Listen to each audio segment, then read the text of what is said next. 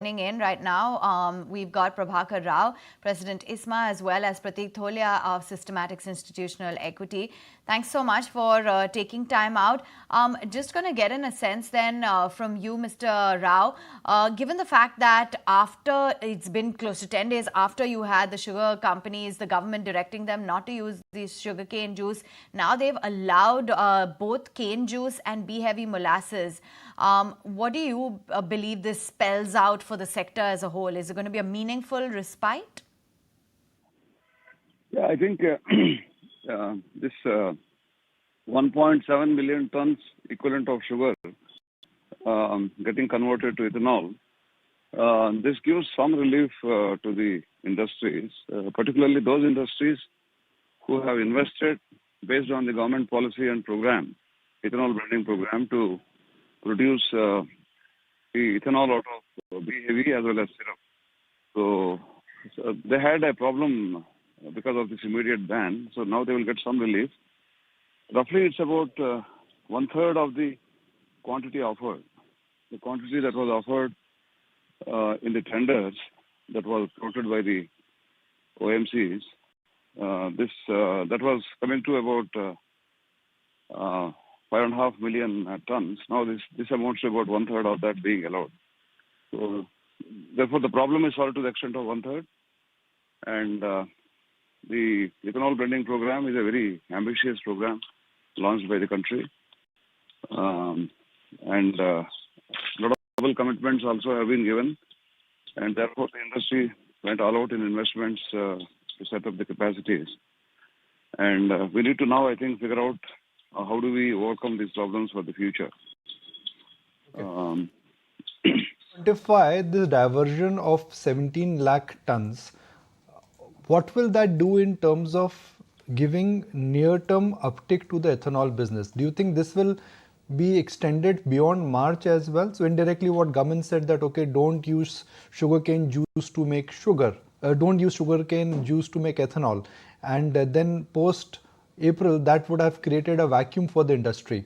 But now that sugarcane is getting diverted for usage of ethanol, do you think post April also there is visibility which has come back?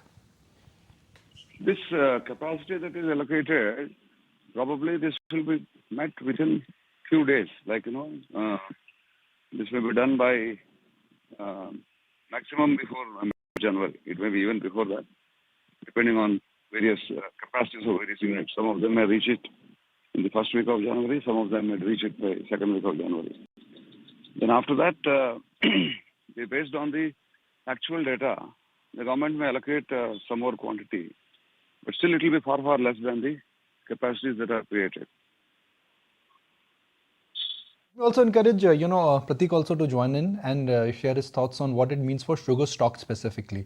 Pratik, from a market standpoint, and for our viewers who want to understand that after 2 weeks of, hullabaloo about what would be the impact for sugar companies after the new government directive of only using, heavy grade molasses to make ethanol, now there is a option available to divert sugar. So can I say for sugar companies who are dependent on ethanol production for their profitability, after the recent move of government, it is back to square one? Yeah, hi, morning. So after the 2 weeks of confusion, I think this is a positive move for the sugar companies. Like Mr. Prabhakar Rao rightly said, that they had put up lot of capacities for ethanol, and typically the crushing season is where you use juice to make ethanol. So once the crushing is over, any which you would have to move to B-heavy or C-heavy molasses to make ethanol. So during this period, if you're not allowed to make ethanol by not diverting sugar, that would have left a lot of capacities empty, and of course it would have impacted your utilization levels and your overall margins.